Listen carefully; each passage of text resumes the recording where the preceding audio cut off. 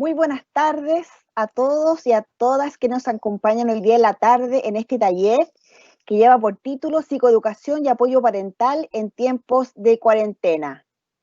Muchas gracias por acompañarnos. Mi nombre es Aida Lavín, coordinadora de la Unidad de Apoyo y Bienestar, y los saludo desde la ciudad de Viña del Mar. Les quiero presentar a nuestro expositor. Su nombre es Álvaro Niklicek, somos colegas, psicólogo él, practicante de Ashtanga Yoga, montañista, trequero, aventurero, amante de la naturaleza y la familia. Él está hoy día con nosotros porque le motiva a acompañar y apoyar a los estudiantes que son padres. Bienvenido, Álvaro, entonces, a este taller que hemos preparado con mucho cariño para todos nuestros estudiantes para comenzar con toda la energía este segundo semestre. Vamos, Álvaro.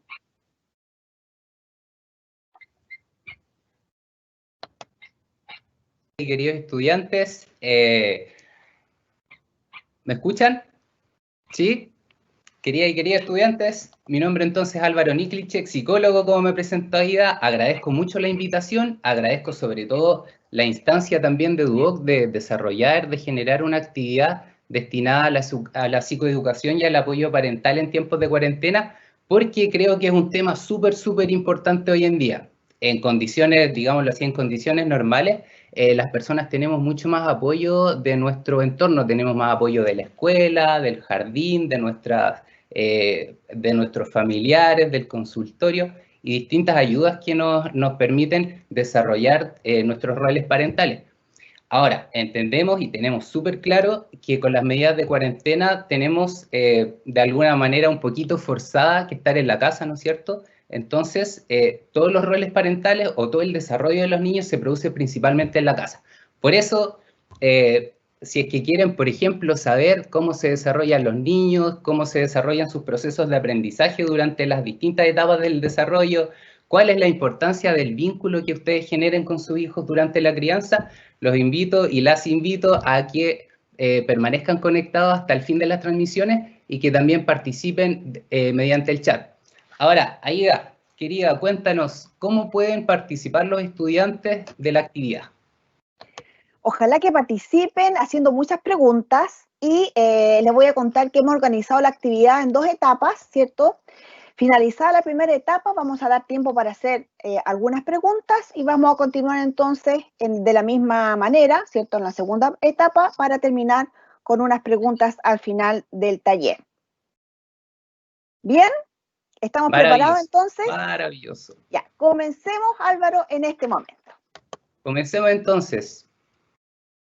En primer lugar, me gustaría contarles qué es la psicoeducación, que puede ser una palabra quizás no muy familiar. La psicoeducación es principalmente el servicio de la psicología a todas las personas que les da sentido. Los psicólogos y psicólogas sentimos que tenemos este rol como social, este rol de contribuir a la sociedad con lo que sabemos, y la psicoeducación es justamente incorporar todos los conocimientos que tenemos y transferirlos en algo que sea útil, que sea práctico y que nos ayude de alguna forma en nuestras vidas, ¿ya? El apoyo parental, por supuesto, está dirigido a las personas que son padres y madres, pero también a aquellas personas que, aunque no sean madres y padres, les toca, por uno u otro motivo, cumplir roles parentales, ya sea con hermanos, hermanas, nietos, etcétera, ¿ya?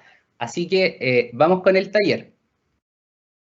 Lo primero que queremos reconocer con esto es que hablar de psicoeducación y apoyo parental es también hablar de diversidad. ¿Por qué? Porque sabemos que hoy en día el mundo es ampliamente diverso a través del mundo.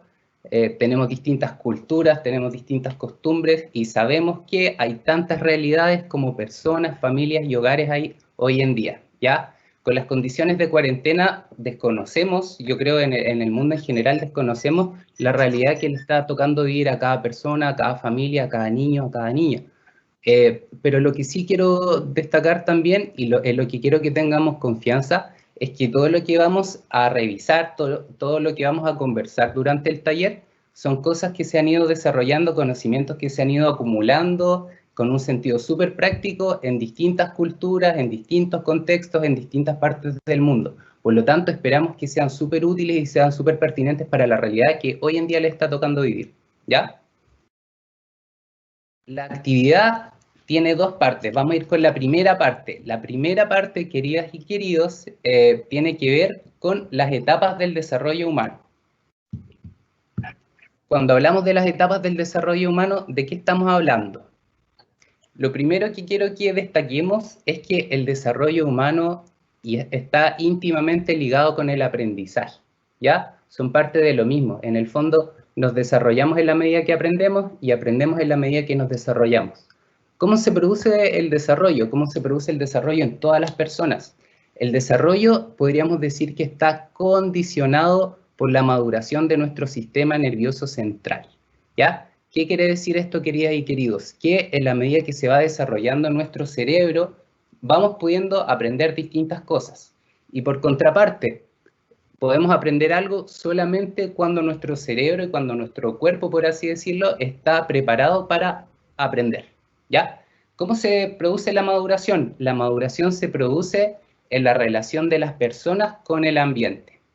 Esto que puede parecer algo súper sencillo, es algo súper cotidiano también y es algo súper potente. ¿Por qué? Porque las condiciones en las que nos desarrollemos van a determinar que nuestro sistema nervioso central vaya madurando más rápido o más lento.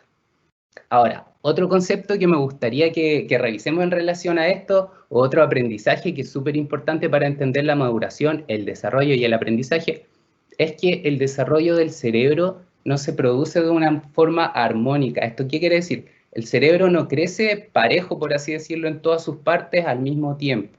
El cerebro se va desarrollando como deforme, imaginémoslo así, como un cerebro que primero le crece una parte, después le crece otra parte, luego le crece otra parte. ¿Y por qué pasa esto?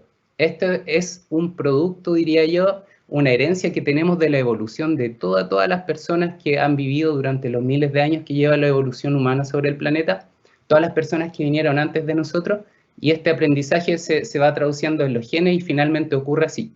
¿Por qué ocurre así? Porque la energía, por así decirlo, los recursos personales no son infinitos. Por lo tanto, el sistema nervioso central es como el director de orquesta, el que dice, ya, primero vamos a llevar toda la energía hacia el desarrollo psicomotor, por ejemplo, a que los niños se puedan mover, a que se puedan desplazar, y luego a otra función, desarrollo quizás más sensorial, desarrollo del lenguaje, desarrollo de otras habilidades más elaboradas. Y esto va ocurriendo, como les decía, primero ocurre con una parte del cerebro que en el fondo está como más dispuesta a aprender, y es súper importante que cuando ocurra eso, por ejemplo, cuando la zona del lenguaje crezca y esté más dispuesta y más disponible para aprender, que justo en ese momento tengamos un estímulo de nuestro ambiente que promueva y fortalezca el desarrollo del lenguaje. ¿Por qué? Porque si hacemos esto, sabemos que vamos que necesitamos en el fondo para que nuestro cerebro se desarrolle y aprenda las funciones del lenguaje. Por contraparte, si no lo hacemos en el momento apropiado, el cerebro no está tan receptivo a aprender de su medio. Por ejemplo, si la zona del lenguaje está súper receptiva, como les decía, y no estimulamos el lenguaje, lo que pasa es que esta zona como que se achica, por así decirlo. Las conexiones sinápticas no se multiplican tan rápido como si las estuviésemos estimulando.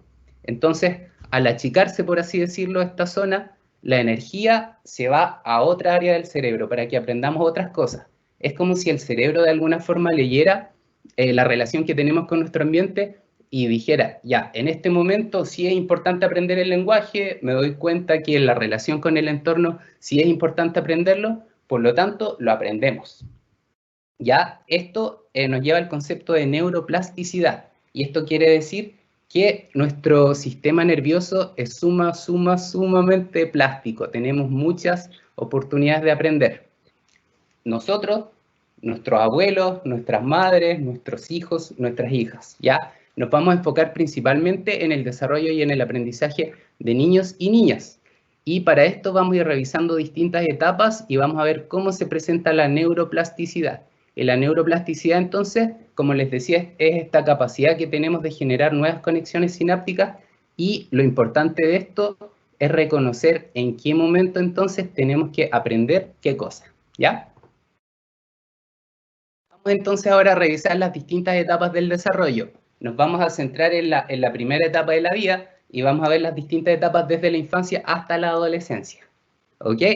La infancia es una etapa muy, muy linda que va desde los 0 a los 2 años. Ahora, es súper importante reconocer que en esta etapa hay cambios que son increíbles y muy acelerados, es como la bienvenida al mundo. Pensemos en qué momento están los niños están saliendo del vientre materno y afrontando condiciones que son completamente distintas, su entorno es completamente distinto, antes estaban en una bolsita líquida, calentita, sin mucho ruido, sin estímulos amenazantes, y de pronto salimos a un mundo lleno de estímulos, lleno de sonidos, de colores, lleno de sabores, ¿no es cierto? Por lo tanto, es súper importante destacar que este cambio acelerado se debe a la adaptación que necesitan desarrollar los niños para la supervivencia. Y esto es algo que no solamente tienen los humanos, es algo que también podemos ver en otras especies. Lo que sí, aunque son acelerados, también es muy complejo. ¿Por qué? ¿Han tenido la oportunidad de ver cómo nace y cómo se desarrolla un ternero o una ternera? Es impresionante. El primer día de vida ya están caminando, ya están mamando, ya están dando pequeños paseos con su madre. ¿Y esto qué quiere decir? Quiere decir que su aprendizaje es muy rápido. En el caso de los humanos es rápido, pero también es más complejo. ¿Por qué es más complejo? Porque tenemos que aprender muchas más funciones. En el fondo tenemos el cerebro más grande de todo el reino animal. Por eso tenemos la capacidad de aprender tantas cosas. Ahora, estos cambios increíbles y muy acelerados, ¿a qué se va la energía? ¿En qué podemos ver estos cambios? ¿O dónde se manifiesta la neuroplasticidad durante la infancia? La neuroplasticidad durante la infancia se manifiesta, por ejemplo, en la capacidad y la coordinación motora. Es una de las primeras cosas que están dispuestos y que están receptivos a aprender los niños y que por lo tanto es importante que estimulemos.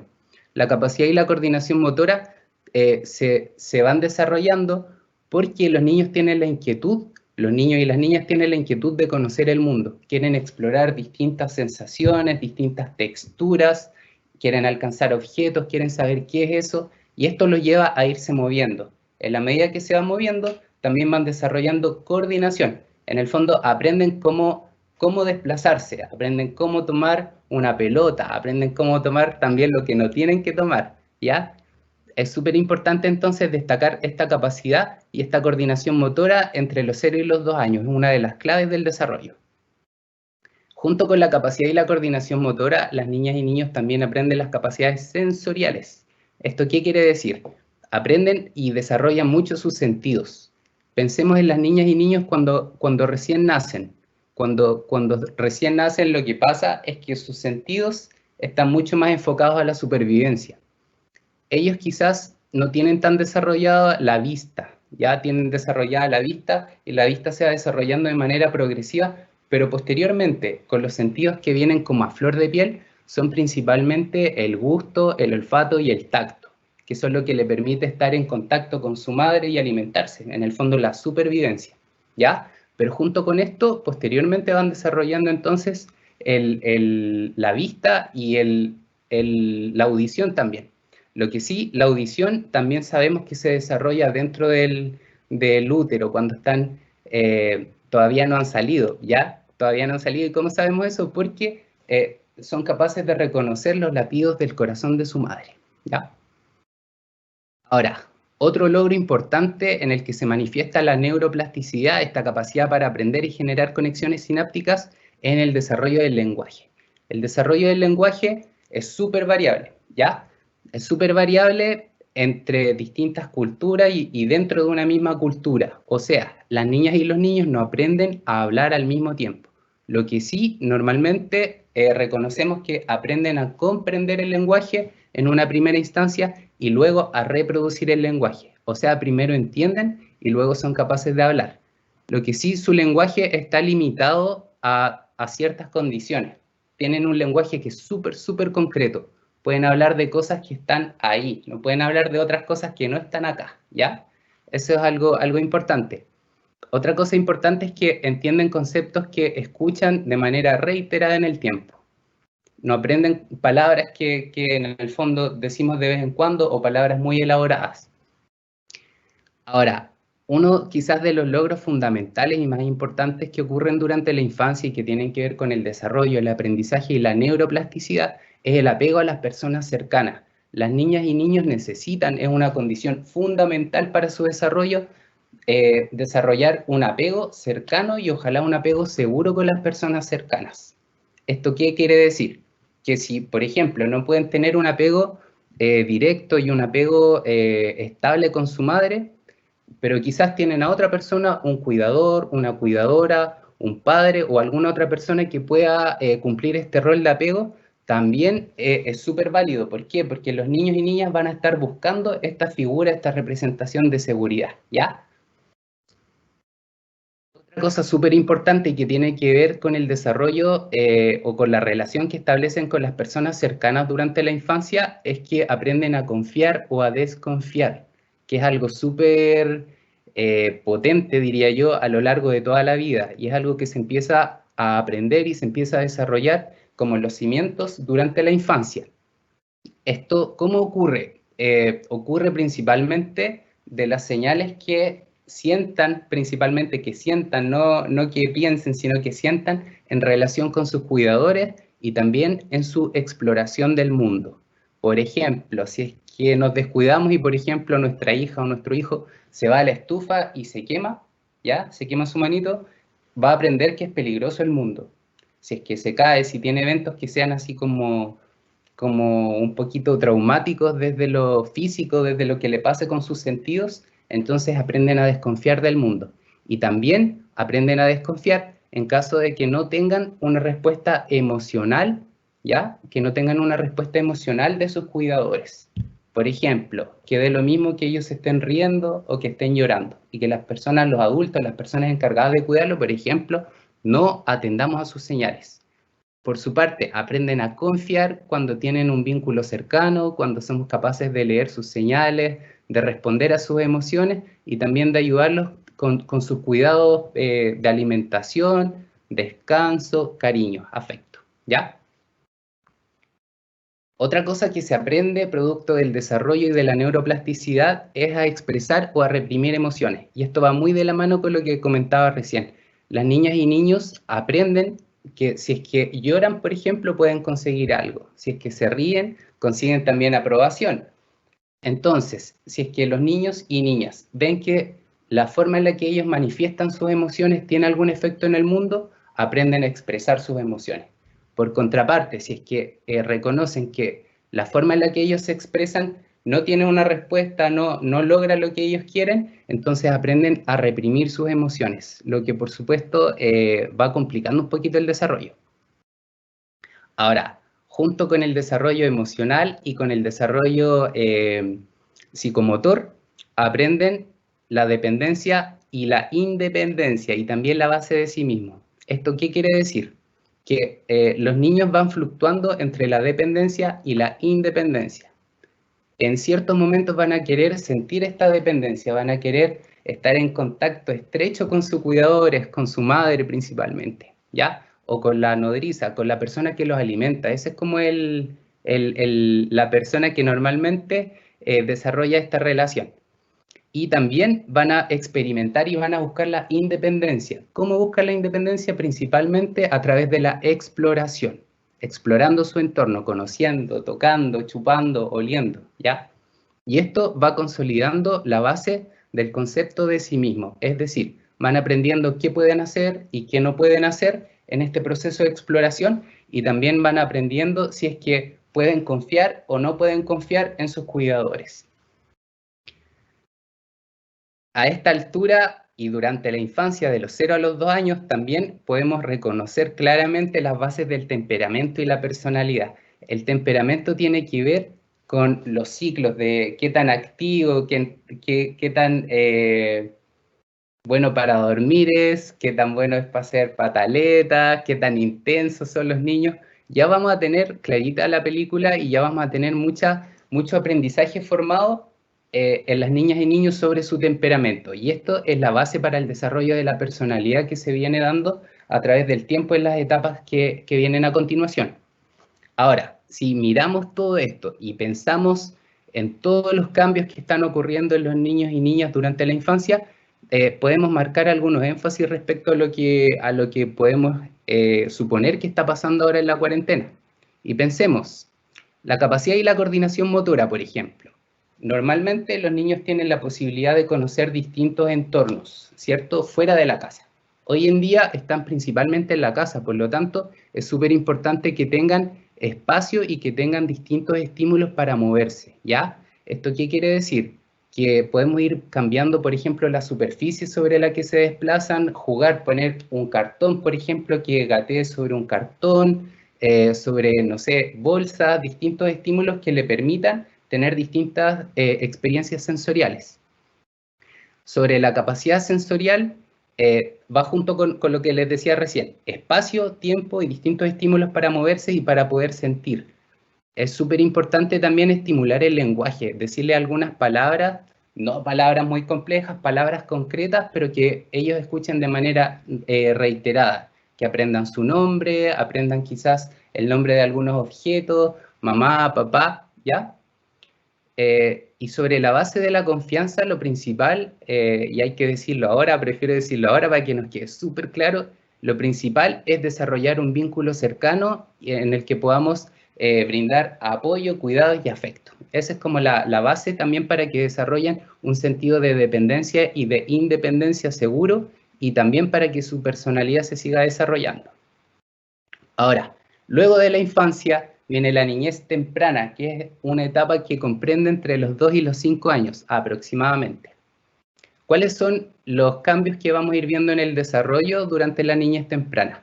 Vemos un acelerado crecimiento físico, cognitivo y lingüístico. Físico, el desarrollo del cuerpo.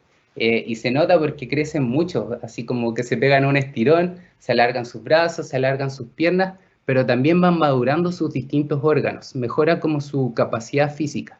También se mueven mucho más rápido y ojo con eso y con los estímulos peligrosos que puedan tener dentro de la casa, cuidado con las cocinas, ¿ya? Ahora, este acelerado crecimiento físico va de la mano con un desarrollo cognitivo. En el fondo tienen muchas más capacidades para contactarse con su mundo y también a nivel de pensamiento empiezan a tener representaciones de lo que es el mundo, qué significan las distintas cosas, qué significa una sonrisa, qué significa un perro, qué significan cosas que estén en su entorno inmediato. El desarrollo lingüístico, por supuesto, que va de la mano con el desarrollo cognitivo, con el desarrollo del pensamiento. Y aquí lo que observamos de los 2 a los 5 años es que aprenden mucho del lenguaje, aprenden muchas palabras nuevas, aprenden incluso a decir frases completas, a expresar sus ideas, también a expresar sus emociones.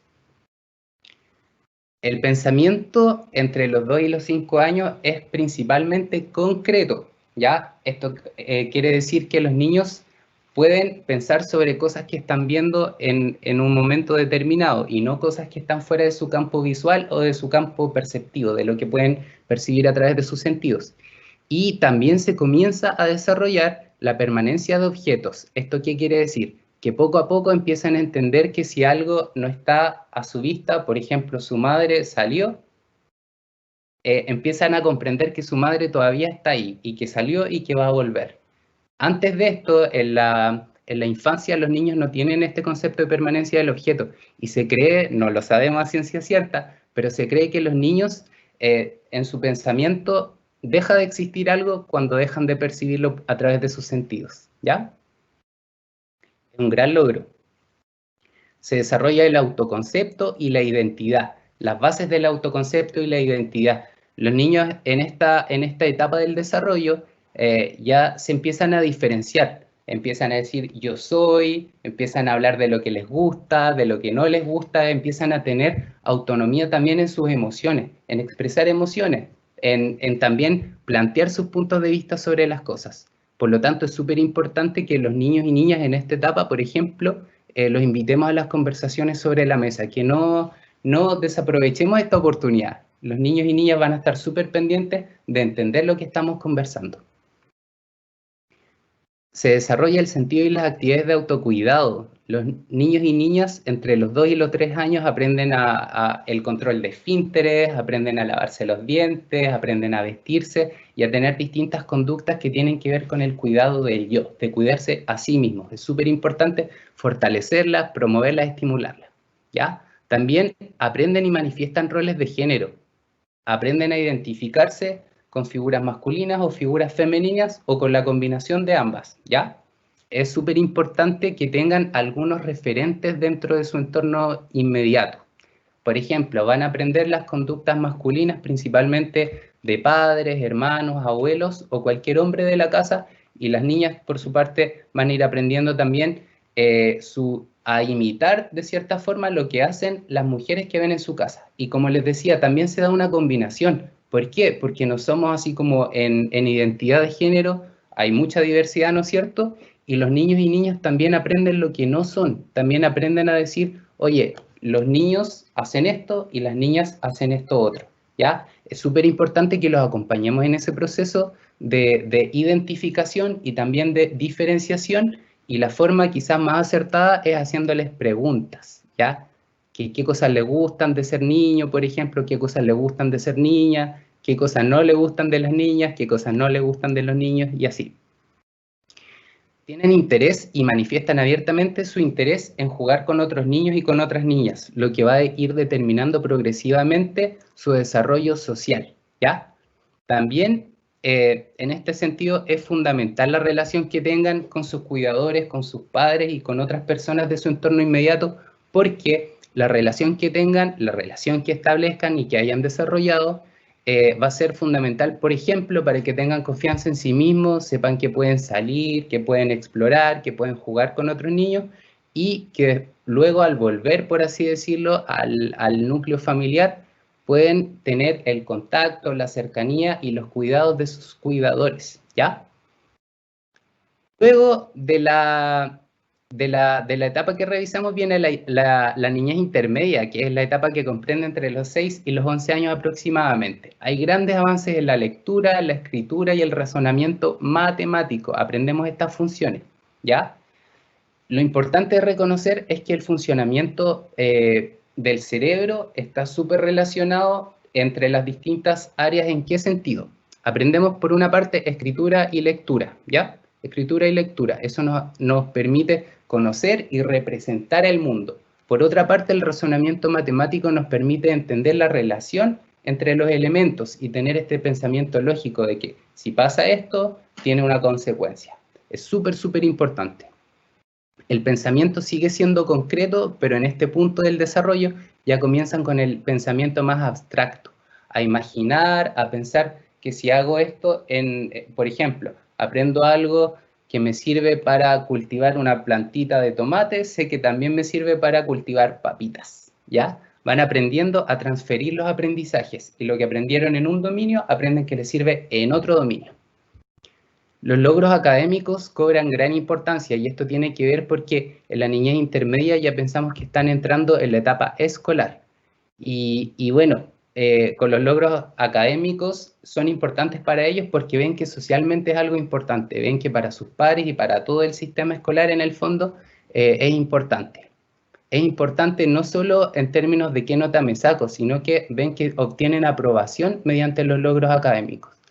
Mi recomendación en este punto y con las medidas de cuarentena es que los logros académicos los sigan reforzando, ¿ya? En el fondo, que está súper bien que aprenda, no tanto que se saquen buenas notas. Pongan el foco siempre en el aprendizaje, ¿ya? Algo que una de las claves que sabemos hoy en día que se aprenden en la niñez intermedia es sobre los límites, las normas y las bases de la conducta moral. Es súper importante y diría yo quizás decisivo que los niños entre los 6 y los 7 años ya hayan aprendido ciertas normas, ¿ya? Normas en la casa, normas después al salir de casa, normas también en la escuela, normas al jugar con otros niños, al conocer a otras personas. ¿Y por qué? Porque sabemos que es el mejor momento para aprenderlo. La neuroplasticidad está a flor de piel para que aprendan normas en esta etapa, y si es que no lo aprenden en esta etapa, luego cuesta mucho desarrollarlo. Ya los niños y niñas que no son estimulados, en el fondo, que tienen cuidadores, padres o madres que son muy liberales, por así decirlo, y luego intentan enseñarles normas, es mucho más difícil, ¿ya? Por lo tanto, entre los 6, 7, 8 años ya deberían tener claritas algunas normas, por supuesto, y lo que les recomiendo con las medidas de cuarentena es que no sean muy estrictas o muy estrictos con las normas, ya que tengan flexibilidad, pero que también ciertas normas sean súper claras.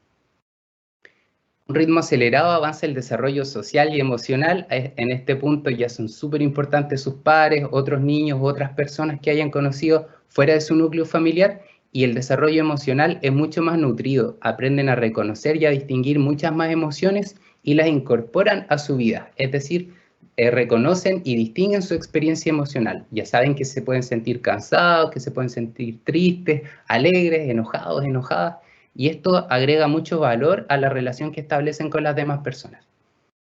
Fluctúan entre la dependencia y la independencia, es decir, van probando, por una parte, lo que yo puedo hacer de acuerdo a lo que yo he aprendido, exploro el mundo, tengo logros, me reconocen mis pares, juego con mis pares, pero también vuelvo como a la dependencia, así como a refugiarnos en el núcleo familiar, en el regazo de la madre, en el regazo del padre, de los abuelitos, como bien regalones. Es súper importante que apoyemos tanto la dependencia como la independencia durante la niñez intermedia, ¿ya? Ahora, en esta etapa, al igual que las etapas anteriores, pero de una forma un poquito distinta, la calidad de las relaciones que establezcan con personas cercanas tienen una importancia decisiva para el aprendizaje y para el afrontamiento principalmente de la etapa escolar, de lo que va pasando fuera de la casa, ¿ya? Y finalmente, como les decía, vamos a llegar hasta la adolescencia, en esta primera etapa de la presentación. La adolescencia es el periodo que comprende desde los 12 hasta los 19 años, aunque hay personas que dicen que dura hasta los 25, 30, incluso he escuchado que un poquito más. En esta etapa ya tenemos personas desarrolladas como en un nivel casi óptimo. Ya la neuroplasticidad es así durante la vida, en las primeras etapas del desarrollo, durante la infancia y luego durante la niñez va súper acelerado. En la adolescencia ya empieza a bajar un poquito, es decir, nuestra capacidad de adaptarnos al entorno y de crear nuevas conexiones sinápticas disminuye un poquito. Podemos seguir aprendiendo y de hecho es súper importante que sigamos motivándonos y aprendiendo más cosas. ¿Por qué? Porque en la medida que lo hagamos, la neuroplasticidad nos va a acompañar durante la adolescencia y también durante la etapa que viene después, que es la adultez temprana, ¿ya? La adolescencia es la etapa de transición entre la niñez y la vida adulta, donde principalmente vemos que a nivel de órganos se desarrolla la maduración sexual, aprendemos las operaciones formales y el pensamiento abstracto, es decir, podemos imaginar cosas incluso que nunca hemos visto, con las que nunca hemos tenido relación, y crear cosas a partir de eso. Y uno de los logros fundamentales que debemos asegurar durante la adolescencia es lograr una percepción positiva de nuestros hijos y de nuestras hijas. Y pensémoslo en nosotros mismos, lo que nos pasó en la adolescencia, en nuestra adolescencia seguramente fue súper importante para nosotros tener una visión positiva de nosotros mismos, es decir, querernos, valorarnos, y esto nos sirve como una base para reconocernos a nosotros mismos, quiénes somos, qué nos gusta, qué no nos gusta, qué nos gustaría lograr más adelante, y por supuesto para explorar el mundo, conocer personas, establecer relaciones.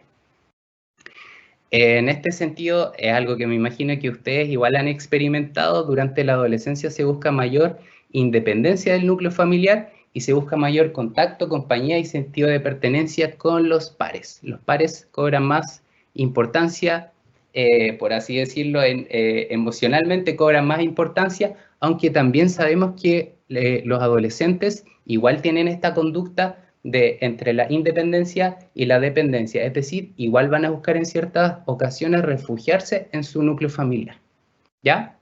Con esto entonces cerramos la primera etapa de la actividad de la presentación y me gustaría saber, Aida, ¿tenemos algunas preguntas o comentarios?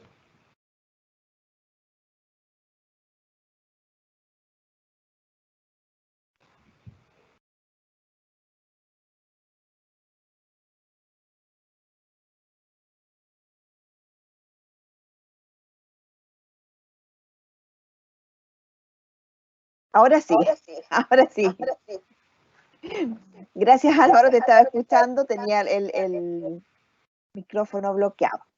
Tengo acá una pregunta que dice en relación a los juegos de videos y los monos animados. Dice que si sirven para estimular el desarrollo de los niños. Los juegos de video y los monos, ¿cierto? Cierto. Bien, a ver, digámoslo de esta forma. Sí sirven, ¿ya? En cierto sentido, sí sirven los juegos de video y los monos. Ahora, hay un reparo frente a esto y es algo que quiero reforzar, es una muy buena pregunta. Los niños y niñas, por ejemplo, durante la infancia de los 0 a los 2 años y luego durante la niñez temprana, no aprenden a distinguir realmente qué es real y qué no es real. Todo lo que pueden ver y experimentar para ellos y para ellas es real, ¿ya? Por lo tanto, puede que estén mirando unos monitos y que los monitos hagan que se pongan a llorar, les da pena porque sienten que es algo que está pasando realmente, ¿ya? No tienen esta distinción, como decía, de qué es real y qué no es real.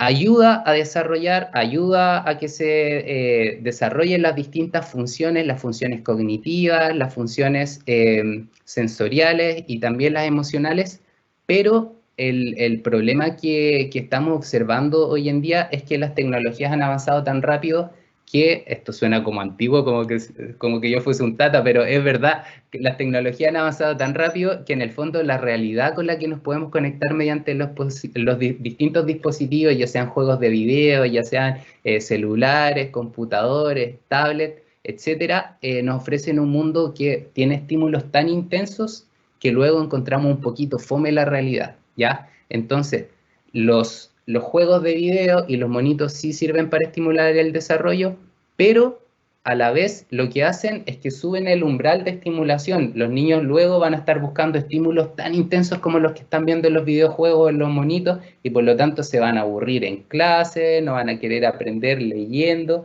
y se van a perder quizás mucho del mundo que hemos conocido y que han conocido nuestros padres, nuestros abuelos. Es importante que desarrollemos estas capacidades y que no pasen demasiado tiempo viendo monitos o jugando videojuegos, porque sabemos también que los monitos y los videojuegos, un rol que pueden cumplir y que puede ir en contra del desarrollo, es que alejan a los niños, los aíslan un poco. Entonces el desarrollo emocional, como comentamos, que es una de las cosas más importantes que podemos aprender desde la infancia hasta la adolescencia, se ve opacado por estos intensos estímulos que podemos ver y disfrutar como en nuestra propia autonomía, así como encerradito en nuestro propio mundo, ¿ya? Entonces, derechamente, diría que son recomendables en algunos casos, sobre todo los monitos que tengan algún aprendizaje emocional de por medio. Hoy en día hay unos monitos así como muy bien hechos, están muy bien preparados para que los niños aprendan, pero que no sea demasiado el tiempo que pasen viendo monitos, ¿ya? Si es demasiado el tiempo, entonces les puede pasar esto, como decía, que el mundo real sea demasiado fome. ¿Tenemos alguna otra pregunta? Sí, Álvaro, muchas gracias. Yo quiero invitar a los alumnos que nos acompañan ahora que puedan realizar sus preguntas acá en el chat. Y mientras ellos nos realizan sus preguntas, estamos viviendo, ¿cierto?, un tiempo como bien, como de ciencia ficción, donde estamos encerrados, ya no podemos hacer las cosas que hacíamos antes. Dime, Álvaro, ¿cómo le podemos explicar, ya tú dijiste recién que los niños pequeñitos son concretos, ¿cómo le podemos explicar a un niño de 5 años qué es el coronavirus, que este bichito que pueden pensar que es como un insecto, ¿cierto? Hay distintos dibujos del bichito coronavirus. ¿Cómo les podemos explicar desde su lenguaje lo que estamos viviendo esto de la pandemia? Excelente pregunta y hay que decirlo. Creo que ha sido uno de los desafíos para muchos padres, madres y cuidadoras en este tiempo. ¿Cómo explicarle a una niña o un niño de 5 años qué es el coronavirus y qué está pasando? Lo primero es que dentro del lenguaje que maneja, nosotros deberíamos reconocer qué lenguaje maneja, es decir, qué palabras entiende, ¿ya? A los 5 años ya debiesen comprender distintas palabras. Por lo tanto, podemos transmitirle la idea, en primer lugar, de que hay una condición, una enfermedad o que hay algo que es amenazante afuera, ¿ya? eso los niños lo entienden perfectamente. Lo pueden entender, de verdad que sí, aunque quizás no nos van a expresar verbalmente que lo están entendiendo, ¿ya? Ahora, otra forma o una forma que yo creo que a los 5 años es una súper buena forma puede ser leer cuentos. Hay unos cuentos, de hecho, no sé si lo han revisado, se llaman Clementina y el coronavirus. Son unos cuentos que están a disposición gratuita, los pueden encontrar en la página del Ministerio de Educación, ¿ya? Y que son unos cuentos que están directamente enfocados a que las madres, padres y o cuidadores y cuidadoras puedan ir contando cuentos de cómo es el coronavirus y a la vez a Clementina le van pasando cosas, va sintiendo cosas respecto a eso, se enoja, le pasan distintas cosas. Entonces, es súper importante, por una parte, que nosotros les demos información, porque la información que ellos no obtengan de nosotros la van a escuchar quizás de las conversaciones que tenemos con otras personas, van a completar esta información con cosas que imaginan. Entonces, lo primero, que les demos información, lenguaje concreto con el lenguaje que ellos manejen. También les recomendaría esta lectura de cuentos y junto con la lectura de cuentos también reconocer cuáles son sus emociones, ¿ya? ¿Cómo te sientes con esto? Oye, ¿te da pena? ¿Qué te da pena? ¿Te da pena no poder ir a la escuela? Hay niños que les da pena no poder ir a clase. Ojalá les pasara mucho en este sentido como de querer salir. Y yo sé que es como las ganas de aprender, pero también las ganas de relacionarse con sus pares. Entonces, tenemos que estar súper receptivos a sus señales emocionales, preguntarles qué sienten, qué piensan y acompañarlos en el proceso. Y otra forma importante también de transmitir el mensaje y de reconocer cómo lo están sobrellevando es acompañarlas y acompañarlos durante el juego, ¿ya? Los niños a los 5 años representan mucho lo que están viviendo y lo que imaginan a través del juego. Por lo tanto, a través del juego podemos nosotros ayudarlos y estimularlos a que comprendan lo que está pasando y también a reconocer cómo lo están viviendo. Súper, Álvaro, muchas gracias. Y a propósito de lo que dijiste, las emociones, también me surgió otra pregunta. Chiquillos, chiquillas que están por ahí, anímense para que podamos compartir, ¿cierto?, sus preguntas, las dudas que tienen. A propósito de las emociones que mencionaste, Álvaro, la mayoría de los papás a veces pensamos que no es bueno que nuestros hijos se den cuenta cuando estamos preocupados, cuando nos pasan algo, ¿cierto? Y en estos casos que, claro, nos pasan muchas cosas, preocupados, ¿cierto? La parte laboral, la salud de la familia, y estamos en mucho contacto, mucha cercanía. ¿Qué hacemos? Los niños igual se van a dar cuenta que nos pasa algo. ¿Cómo lo hacemos? ¿Cómo lo podemos abordar en nuestras preocupaciones? ¿Cómo lo comunicamos? Sí, un punto súper importante y entiendo que es tan importante porque igual las conversaciones, nuestros problemas que tenemos como adultos, igual los vamos a manifestar en la casa con las personas que tenemos, o vamos a llamar a alguien, pero los niños y niñas nos van a estar escuchando y van a tener su interpretación de cómo nos ven. Es súper importante, a ver, por una parte que tengamos y desarrollemos, ojalá, dominio de nosotros mismos y que no nos desbordemos emocionalmente frente a ellos. Es decir, que no vean que estamos tan estresados, tan agobiados o muy ansiosos frente a las situaciones. ¿Por qué? Porque los adultos, los padres, los cuidadores van a ser sus figuras o sus representaciones de seguridad. Por lo tanto, necesitan que en estos momentos nosotros saquemos la mayor de las fortalezas y frente a ellos que vean, por ejemplo, que no les falta cuidado, que no les falta cariño, que no les falta afecto. Junto con esto, irles explicando de acuerdo a su periodo del desarrollo y dentro de lo que ellos pueden comprender qué está pasando. Y también otra cosa que ha sido súper útil, me he estado poniendo al día con las noticias de países que van más avanzados en esto, por ejemplo, Italia, España. España me gusta mucho, tiene mucha investigación en español. Y lo que han hecho ellos y que ha sido una súper buena experiencia, van preparando a los niños y a las niñas en el fondo para que se estén preparando de ahora para cuidarse, pero también prepararse para el momento en el que empecemos con las medidas como de desconfinamiento, cuando empecemos a salir a la calle. Entonces, en vez de pensar en lo agobiado o en lo preocupado, en lo problemados que estamos al día de hoy, estamos pensando en que hoy en día tenemos una condición especial, que tenemos que cuidarnos, estamos haciendo cosas concretas para cuidarnos, las niñas y niños están aprendiendo también a hacer cosas concretas para cuidarse y también con vías de futuro, es decir, pensando cuando nos toque salir de la casa. ¿Por qué? Porque junto con lo que les decía, en España uno de los problemas que estaban teniendo es que algunos niños y niñas no querían salir a la casa, no querían salir de la casa, tenían miedo, mucho miedo. ¿Por qué? Porque las mamás, los papás o los cuidadores les habían metido tanto miedo en el fondo para que no salgan de la casa y no se contagien, que cuando llegó el momento de salir, este miedo era tan grande que no querían salir de la casa, ¿ya?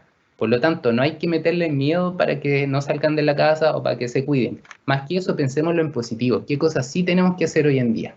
Y en eso basemos lo que conversamos con ellos, el juego, las historias, los cuentos y también nuestras conversaciones. Muchas gracias, Álvaro. ¿Qué te parece que continuemos con la segunda parte, cierto, para que podamos realizar otras preguntas, ¿ya? Sí, por favor, ¿Te parece? continuemos. Ya, sigamos entonces. Vamos entonces con la segunda parte de esta presentación que espero que tenga un sentido súper práctico para ustedes. Ya las preguntas que quieran hacer, todo tipo de preguntas, o si es que quieren también compartir alguna experiencia que tenga alguna relación con lo que estamos conversando, muy bienvenida.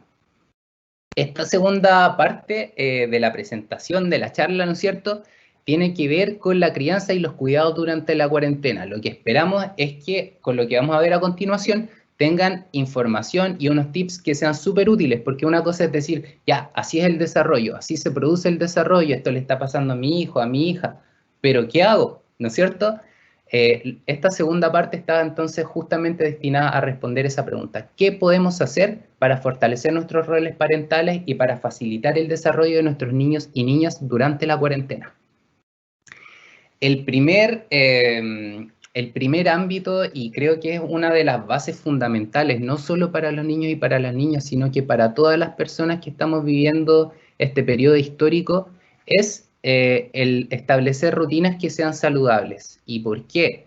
Digámoslo así, el tiempo es vida, ¿no es cierto? Y las personas, los adultos, digámoslo así, nos vamos adaptando y nos vamos convirtiendo en lo que somos de acuerdo a lo que hacemos de manera reiterada, a nuestras rutinas, a nuestros hábitos.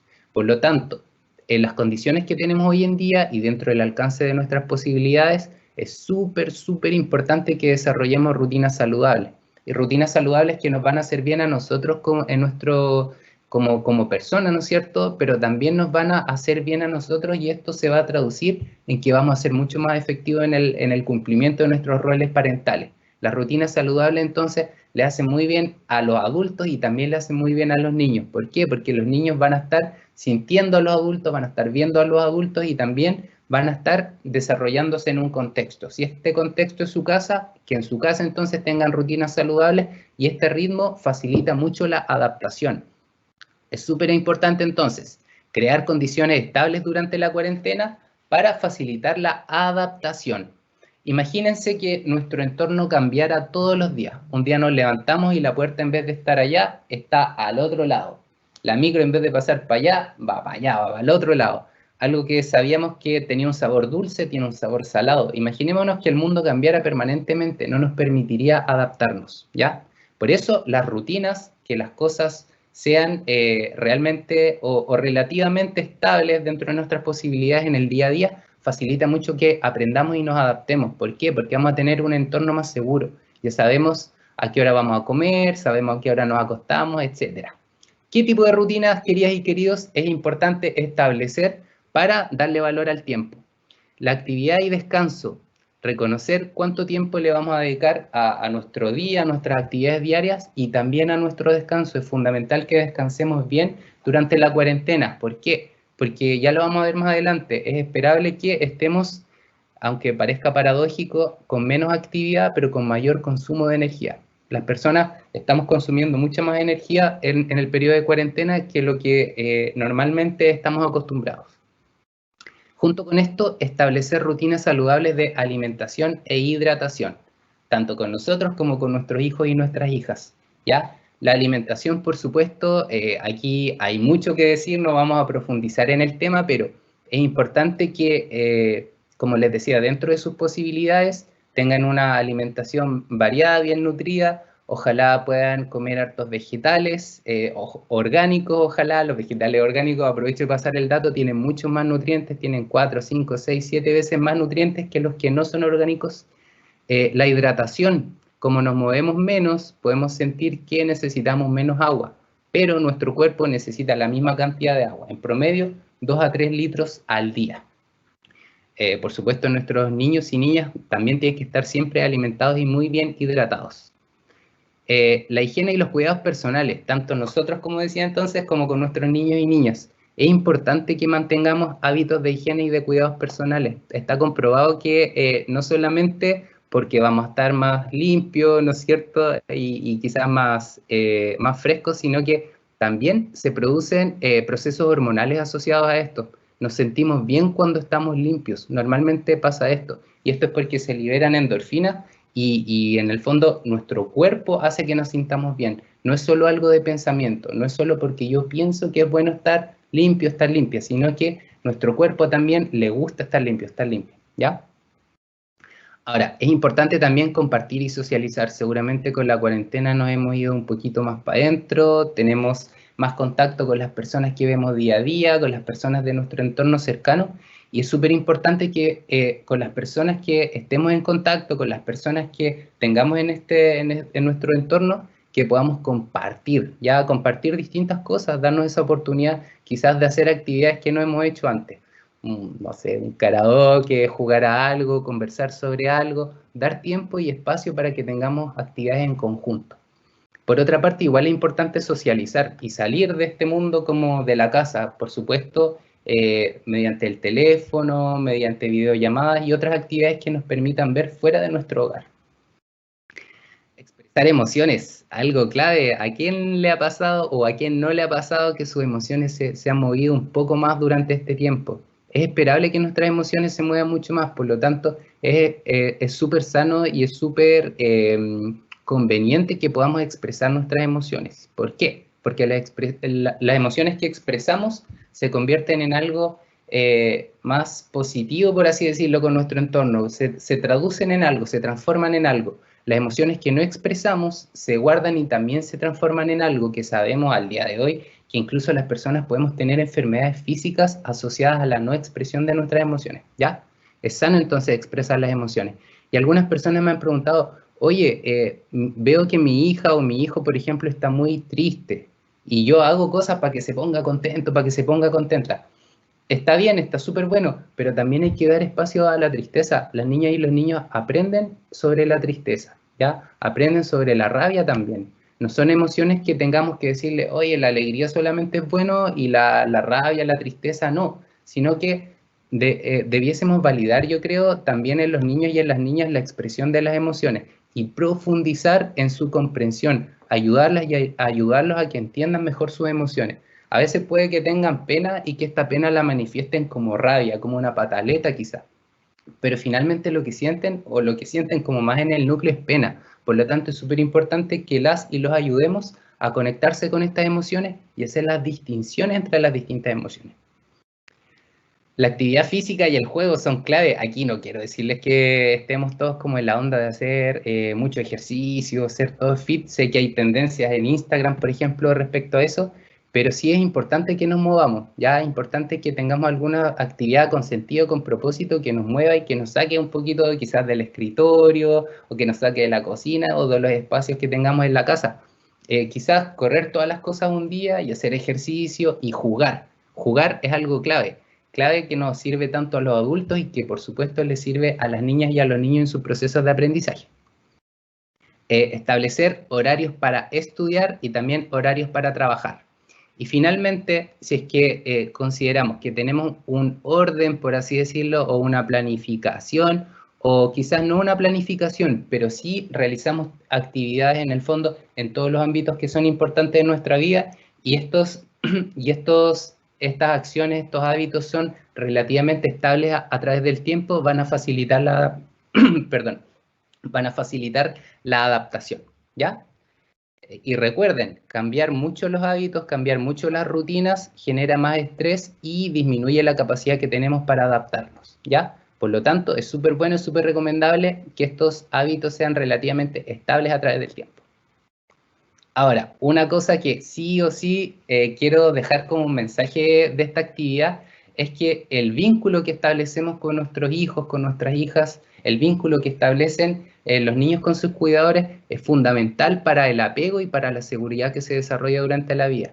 Es decir, la calidad del vínculo que se establece con los cuidadores es la base sobre la que se construye la seguridad para afrontar la vida. Otra vez, la calidad del vínculo que se establece con los cuidadores es la base sobre la que se construye la seguridad para afrontar la vida. Y así es. Veamos algún detalle. Es súper importante el tiempo que pasemos junto a nuestros niños y nuestras niñas. El vínculo en el fondo requiere que pasemos tiempo con ellas y con ellos, ¿ya? Pasar tiempo no es suficiente, es súper importante que la calidad de este tiempo sea buena. ¿Y cuándo hablamos de una buena calidad? Hablamos de una buena calidad, por ejemplo, cuando ponemos atención a sus emociones, cuando ponemos atención a sus pensamientos, cuando ponemos atención a su exploración del entorno, a lo que están aprendiendo en las distintas etapas del desarrollo. ¿Por qué? Porque las niñas y niños están como saliendo de su zona de confort, están experimentando cosas nuevas y en esos momentos van a necesitar tener un apoyo, sentir apoyo de sus cuidadores, ¿ya? Por lo tanto, es súper importante la calidad del tiempo que pasemos y principalmente que pongamos atención a sus necesidades y a sus afectos. El cuidado y afecto es justamente lo que estaba hablando recién. Atención a sus cuidados y afectos, entonces. El contacto, la empatía y la comprensión son cosas un poquito distintas. El contacto tiene que ver con estar cerca, con tener una relación estrecha, cercana. Ojalá de piel, las niñas y los niños, por lo menos hasta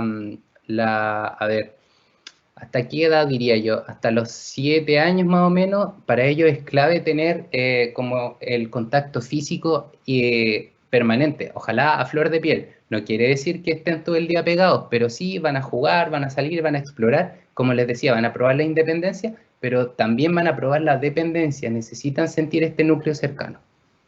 Eso es el contacto. La empatía va a ser la capacidad de ponernos en su lugar, de comprender sus emociones, comprender sus sentimientos y saber en el fondo cómo se siente en un momento determinado. Está comprobado que las niñas y los niños aprenden esto en etapas muy tempranas, en el fondo.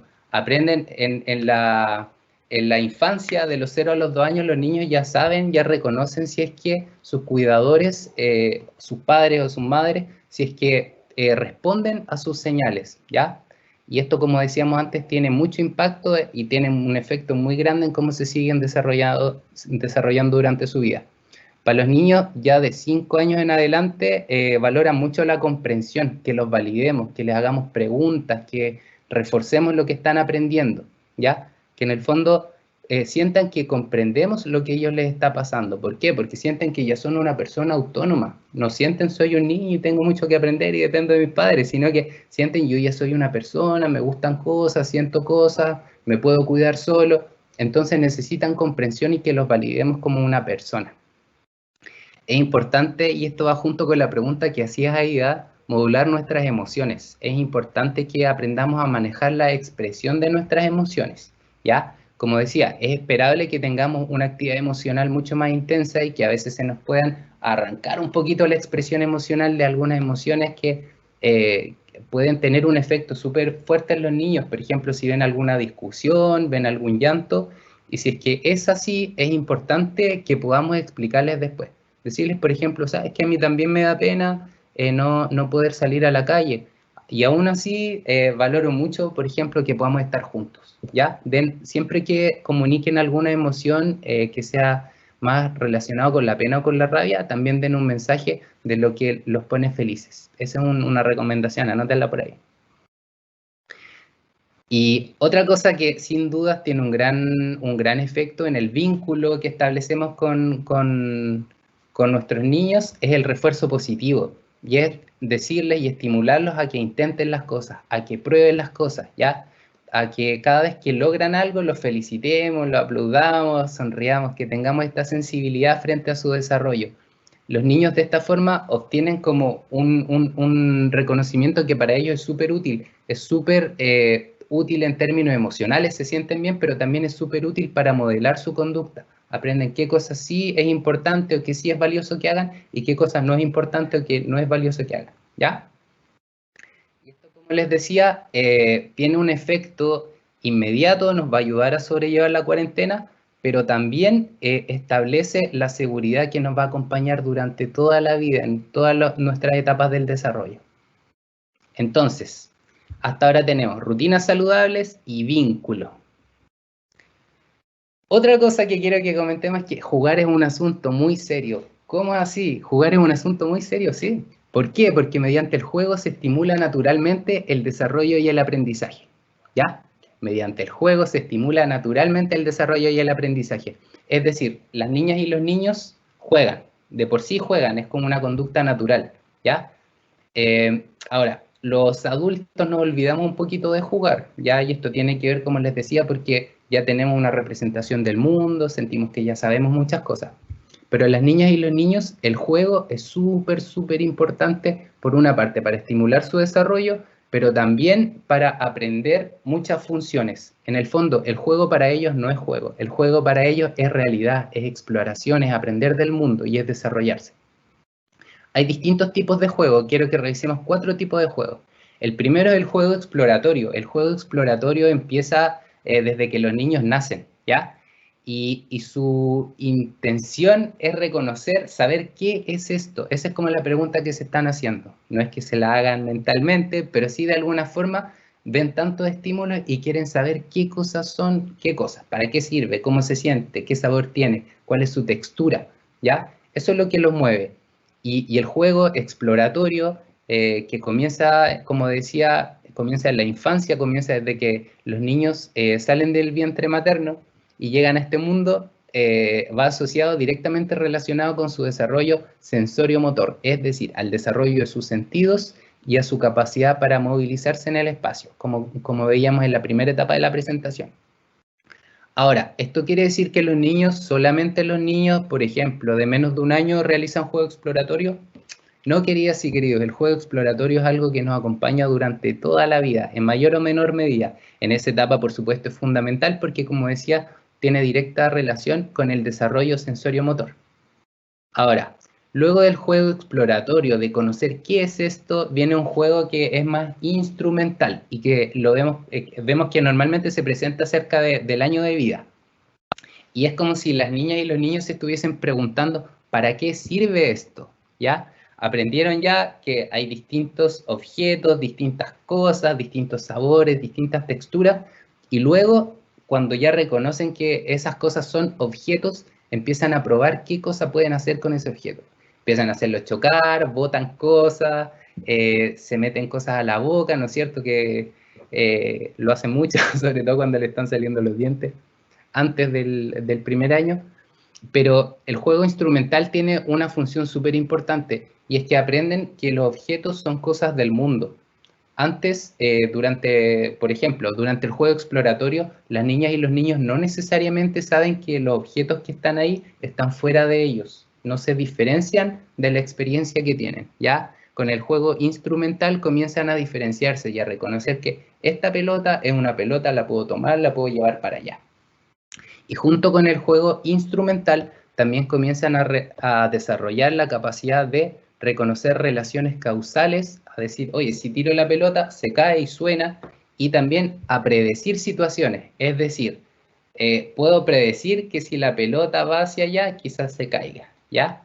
Como decía, no lo aprenden a nivel de pensamiento, lo aprenden en un nivel quizás más emocional. Es súper, súper importante el juego instrumental para relacionarse con su entorno. Por lo tanto, si queremos estimular, por ejemplo, el juego instrumental, lo que tenemos que hacer es proveer, darle distintos objetos, distintas cosas que puedan explorar con distintos objetos que sean seguros, por supuesto, y que puedan hacer lo que quieran. No nos preocupemos tanto si se cae, si se ensucia, si se rompió, ¿ya?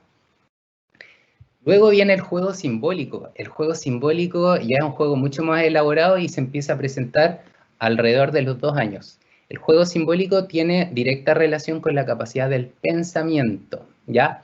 Cuando el desarrollo cognitivo es mayor, el desarrollo del pensamiento es mayor, empiezan a evocar y a imaginar cosas, ¿ya? Evocar y a imaginar cosas. Evocar quiere decir, por ejemplo, vi un perro que estaba ladrando, ahora empiezo a jugar con perros, o empiezo a imaginarme que aquí hay un perrito ladrando. Algo que vi antes lo evoco en el presente mediante el juego. Y también imaginar cosas. Es decir, no sé, un dinosaurio o que pasó esto y llegó otra persona. Tiene mucho que ver con la imaginación y también crean personajes que no existen, ¿ya? Ahora, otro juego, y este es el cuarto que quiero que revisemos, es el juego de reglas, ¿ya? Juego de reglas. El juego de reglas los niños lo debiesen aprender aproximadamente a los 4 o 5 años. Y esto nos sirve para que posteriormente puedan aprender las normas. ¿Se acuerdan? 5, 6, 7 años tienen que aprender normas, como la antesala o lo que debiesen aprender antes para empezar a contactarse con lo de las normas, las reglas, es el juego de reglas. Y aquí lo que aprenden principalmente es la autorregulación y la socialización. Aprenden a esperar, aprenden turnos, ¿no es cierto? Aprenden muchas cosas que son útiles y son muy necesarias para relacionarnos con otras personas. Ahora, quiero distinguir el juego de reglas del juego competitivo. El juego competitivo es el juego que los niños pudiesen aprender ya mucho más grande. De hecho, se recomienda que ojalá sea en la adolescencia y no antes. ¿Por qué? Porque como veíamos en la niñez intermedia, por ejemplo, o pensémoslo de forma más sencilla, cuando los niños ya están en etapa escolar, ¿ya? Cuando ya tienen más relación con sus pares, es súper importante la aprobación y sentirse parte de los demás. Entonces, si es que aprende un juego competitivo que a veces gano, a veces pierdo, él ganó, él perdió, en una etapa temprana eso puede coartar su capacidad de relacionarse con otras personas. Es decir, juego competitivo, no. Por lo menos en las etapas del desarrollo que vimos, en la que sí pudiese darse es durante la adolescencia, pero juego competitivo antes, no, ¿ya? Y esto, conocer estos tipos de juegos nos sirve, por supuesto, para estimular a las niñas y a los niños a que sigan jugando, a que sigan explorando y a que se sigan desarrollando, y también para monitorear cómo van con su desarrollo. Por ejemplo, ante la pregunta que veíamos hace un rato de o cómo le explico qué es la cuarentena, qué es el coronavirus, tenemos que pensar, ya, si tiene 2 años, juego simbólico, entonces ya tenemos la capacidad de jugar, de evocar y de imaginar. Por lo tanto, podemos jugar sobre eso y podemos acompañarlos y también podemos darles quizás algunas señales y darles más información, pero siempre mediante el juego. No olvidar que es un juego, ¿ya? El juego, la gracia o lo bueno que tiene, una de sus grandes fortalezas, es que nos permite equivocarnos, ¿ya? Nos permite equivocarnos. Esto es súper útil para los niños, para las niñas y también para los adultos. Ya, la invitación entonces es que se involucren en el juego, en las distintas etapas hay distintos juegos recomendados y, como les decía, sirve para estimular y también para monitorear el desarrollo. Ahora, y como cuarto punto y último de esta segunda parte de la presentación, quiero que conversemos un poquito de la ansiedad y de la adaptación. La ansiedad quizás es algo que nos ha tocado experimentar de una forma más cercana o más intensa a muchos de nosotros. Muchas personas quizás nos sentimos un poco más ansiosas o mucho más ansiosas de lo que normalmente nos sentimos. Y esto quiero destacar en primer lugar que es una respuesta normal, ¿ya? Que nos sintamos ansiosos o ansiosas es una respuesta normal ante nuestro entorno. ¿Por qué? Porque la ansiedad se produce, es como una lectura del ambiente, una lectura inconsciente e involuntaria del ambiente, donde decimos que no tenemos control sobre lo que pasa en nuestro entorno, ¿ya? Por lo tanto, es esperable que sintamos ansiedad. Ahora, la ansiedad se manifiesta tanto en nuestro cuerpo como en nuestras emociones y en nuestro pensamiento. En nuestro cuerpo, ¿cómo se manifiesta? Nos podemos sentir quizás un poco más tenso, nos puede dar un dolorcito acá, estar como más apretados, ya como no tan cómodos en nuestro cuerpo. También es súper esperable que sintamos agitación motora, nos dan ganas de movernos, estamos como que necesitamos liberar energía. También se alteran los ciclos circadianos, se alteran los ciclos de sueño-vigilia, los ciclos digestivos y los ciclos respiratorios. Nuestra respiración se afecta mucho con la ansiedad y de hecho es una de las formas o una de las grandes oportunidades que tenemos para manejar las ansiedades a través de la respiración. Nuestras emociones, ¿cómo se afectan con la ansiedad? Es común o es súper esperable que nos sintamos un poco más irritables, que no tengamos tanto dominio sobre nuestras emociones y que nuestras emociones varíen mucho más a lo largo del tiempo. Es decir, que sintamos pena, rabia, después podemos volver a la alegría, después pena y tener una experiencia emocional muy intensa y una emoción tras otra, ¿ya? Junto con lo anterior, con el cuerpo, las emociones se dan porque tenemos un cuerpo. Nosotros podemos sentir emociones porque las emociones habitan en nuestro cuerpo, pero también tenemos como una sensación de que algo más nos está pasando, ¿no es cierto? Las emociones no es solo algo que le pasa al cuerpo, algo que nos pasa así como de otra forma, en otra esfera. Ahora, lo que nos pasa con la ansiedad en nuestro cuerpo y en nuestras emociones va generando que tengamos un mayor consumo de energía. ¿Recuerdan que lo habíamos comentado? Y esto porque esta activación sostenida en nuestro cuerpo, esta tensión sostenida y esta alta actividad emocional tienen o generan un mayor consumo de energía. Así de claro, generan un mayor consumo de energía de nuestro propio cuerpo. Por lo tanto, ¿consumimos más energía? Sí. ¿Podemos comer más? No sé, pero estamos consumiendo más energía, ¿ya? Por lo tanto, es esperable también que cuando la ansiedad es prolongada en el tiempo, digámoslo así, una cuarentena que ya lleva varios meses, nos sintamos un poco más agotados, más cansados, como que nos cuesta más hacer las cosas. Eso es producto, o puede ser producto, de que nuestra ansiedad está sobrepasando quizás un límite adaptativo. Nuestro pensamiento, por supuesto, nos afecta con preocupaciones, con ideas del futuro y con cosas que quizás no queremos pensar.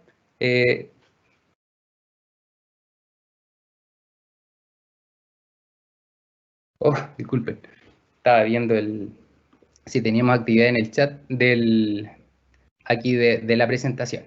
¿Ya? Ahora, es súper importante reconocer que la ansiedad parental influye en la ansiedad de las niñas y los niños.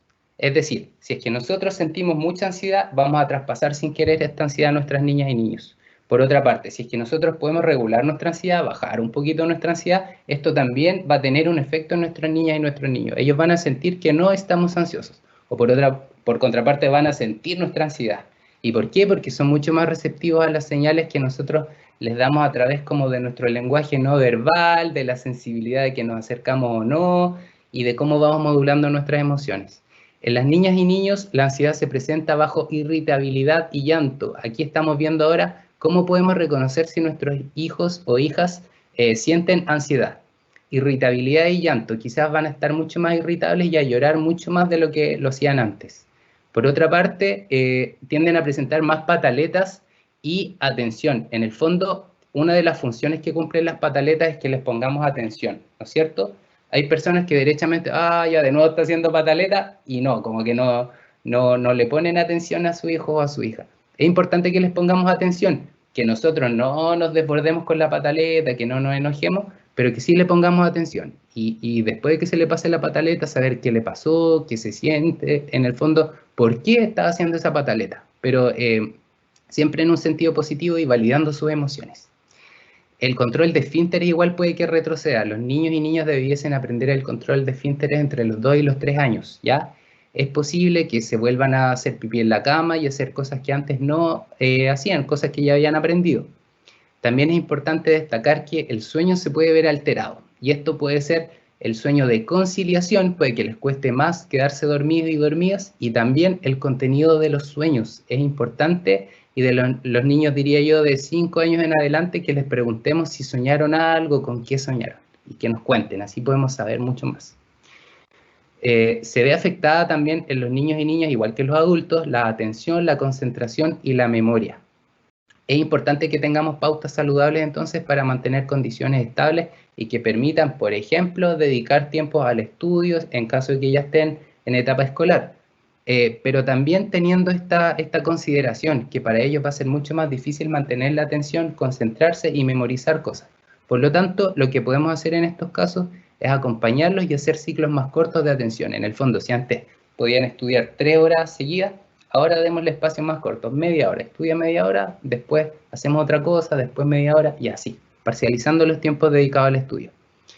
También puede que se vuelvan mucho más dependientes, incluso en niños que consideremos que ya están grandes, no sé, 9, 10 años, que quieran dormir en la cama de sus padres, que en el fondo quieran mucho más cariño y vuelven como a etapas previas. Eso se conoce como conductas regresivas. No sé si lo han escuchado en este tiempo. Las conductas regresivas son cuando los niños o niñas vuelven a etapas anteriores del desarrollo. ¿Por qué pasa esto? Por ejemplo, asociado al mismo ejemplo que les daba recién, puede que la niña o el niño ya duerma solo en su cama, solo o sola en su cama, ¿no es cierto? Y ahora, producto de todo esto que está pasando, como que no quiere, se despierta y amanece, por ejemplo, en la cama de sus padres. ¿Esto qué es? Es una conducta regresiva. Antes sabía que podía dormir en la cama de los padres, hoy día sabe que no, que ya está más grande, que no puede dormir en la cama de los padres, pero aún así lo hace. ¿Y por qué lo hace? Es como si su cerebro, por así decirlo, de alguna forma buscara refugio en una etapa del desarrollo previa donde sí se sentía seguro, donde sí se sentía segura, ¿ya? Entonces, esta nueva etapa del desarrollo que estoy viviendo ahora no me da seguridad, entonces vuelvo a una etapa anterior. Así funcionan las conductas regresivas. Y también quiero destacar los objetos de poder, que son algo súper importante para afrontar la ansiedad de los niños. Y es que ellos tengan, por ejemplo, una muñeca, un monito, algo que les permita tocar, así como tangiblemente, y que ese sea su objeto de poder. Que ese objeto le pueden atribuir características quizás mágicas, superpoderes, o quizás cosas más concretas. Como les Álvaro, contaba, ¿sí? Álvaro, disculpa que te interrumpa y a propósito de emociones, ¿cierto? Me estoy ¿Ya? poniendo un poquito ansiosa porque nos quedan poquitos minutos y antes de Ya. terminar tengo dos preguntas para que las Sí, puedas contestar, ¿te parece? ya, me parece. Ya, vamos entonces con las preguntas. Vamos con las preguntas. Daniela, ¿sí? Daniela dice, tengo activado el micrófono, sí. Daniela dice, tengo una hija de 3 años y la noto un poco estresada donde no puede salir a jugar con niños. Ya. Trato de jugar con ella, pero no sé qué más hacer. ¿Qué le podemos decir a Daniela para darle ánimo? ¿Qué le puedo decir a Daniela? Daniela, es una súper buena inquietud. A los 3 años es muy importante el juego y como veíamos es súper importante que buscan el contacto con otros niños y con otras niñas, ¿ya? ¿Qué podemos hacer? En general, lo que recomendamos los psicólogos y la psicóloga en este caso es que en primer lugar tenga algunos, a ver, reconociendo sus motivaciones, sabiendo qué le gusta y qué no le gusta, seguramente a ella ya le gustan algunas cosas y otras no, que proponga algún panorama que sí podemos hacer dentro de la casa, ¿ya? Ahora, podemos estar haciendo muchos esfuerzos como adultos para que se sienta bien, para que no se sienta mal porque no puede salir, pero los niños también van a leer esto y si es que nosotros estamos como sobreestimulando lo que en este caso no puede hacer, estamos tratando, por ejemplo, de persuadirle que se quede en la casa, que juguemos entre nosotros, que lo pasemos bien acá, los niños se aburren de esto, les pasa igual que los adultos, se aburren de que nosotros estemos demasiado disponibles para ellos, ¿ya? Le va a pasar esto. Por lo tanto, es importante que le demos espacio, por una parte, para que manifieste que quiere salir, y ahí le podemos preguntar, oye, pero ¿por qué quieres salir? ¿Entiendes que no puedes salir? Y que lo conversemos, ¿ya? Que sobre todo que leamos sus señales emocionales y que ella nos diga en el fondo qué siente con esto. Ahora, si queremos estimular el juego, una forma súper útil puede ser darle nuevos juegos. Y no estoy hablando de comprarle juguetes, sino que distintas oportunidades para que se divierta en la casa, pero no dárselas tan directamente o no tan fácilmente, sino que disponerlas. Por ejemplo, construir juguetes es una súper buena opción. Otra buena opción que he visto en esta época de cuarentena es acampar, ¿sí? Acampar en el living de la casa, por ejemplo. Sacamos todo, transformamos el living y lo convertimos en un espacio en el que vamos a acampar y duerman ahí durante la noche.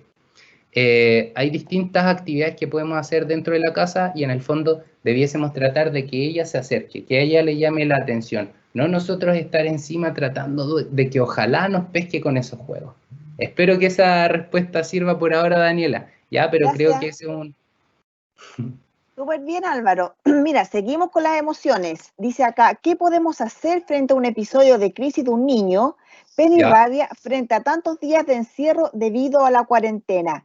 Y Álvaro, lamentablemente te tengo que decir que nos quedan poquitos minutos para Sí. terminar. Vamos entonces con esta última respuesta. Es importante validar esa emoción, ¿ya? Siempre detrás de la rabieta, de las pataletas, va a haber alguna emoción. Como les decía, las niñas y los niños, dependiendo de la edad, pero normalmente hasta los 7 años, por ejemplo, no distinguen muy bien sus emociones, no distinguen la pena de la rabia, de la alegría, no saben que son emociones distintas, ¿ya? Si es que hace demasiadas pataletas, algo nos está queriendo decir con sus pataletas, ¿ya? Es importante reconocer qué nos está queriendo decir y ojalá dar respuesta a eso. No afrontar la pataleta en el mismo momento de la pataleta, porque quizás no vamos a lograr nada. Que los niños razonen cuando están en una pataleta es algo súper difícil. Por lo tanto, lo que debiésemos tratar es aceptar la pataleta, ojalá aguantarla, que a nosotros no nos mueva mucho. Y en segundo lugar, tratar de reconocer qué hay detrás de esa pataleta. Y cuando reconocemos qué es eso que hay detrás de esa pataleta, ahí sí podemos ofrecerle algo, ¿ya? Ahí sí podemos ofrecerle algo que le estimule más a quizás hacer lo que sí quiere hacer o también a innovar. Los niños tienen ideas mágicas y les gustaría muchas cosas, van a soñar y van a imaginar cosas que quizás nosotros decimos, oye, ya, pero eso es como de la imaginación, no se puede, pero sí lo podemos anclar con algo de la realidad, ¿ya? Por ejemplo, darle o construirle un disfraz, podemos hacer muchas cosas en verdad, tienen que confiar en sus capacidades, confíen en su capacidad de crear nuevas condiciones dentro de la casa. Pero como decía, en ese caso, validar la pataleta, reconocer qué hay detrás de la pataleta y enfocarnos en eso, en la solución de lo que está detrás de la pataleta. Muchas gracias, Álvaro. Muchas gracias por la presentación. Chicos, y antes de terminar, ¿cierto? Y antes de despedirme de Álvaro, les quiero decir a todos que tengan confianza en sus capacidades, ¿cierto? A veces estamos complicados, nadie nos enseña a ser papá. Confíen siempre en las redes de apoyo. En desarrollo estudiantil hay distintas áreas que los pueden apoyar. Cuenten siempre con nosotros. No se sientan solos, estamos para acompañarlos. Queremos que empiece con toda la energía este segundo semestre. Y ahora, Álvaro, unas palabritas para el cierre final. Yo por mi parte agradezco mucho la oportunidad, hicimos esta actividad con mucho cariño, con mucha dedicación, hay muchas personas detrás de esto. Les agradezco principalmente igual a las personas que nos acompañaron durante la actividad, a las personas que hicieron preguntas.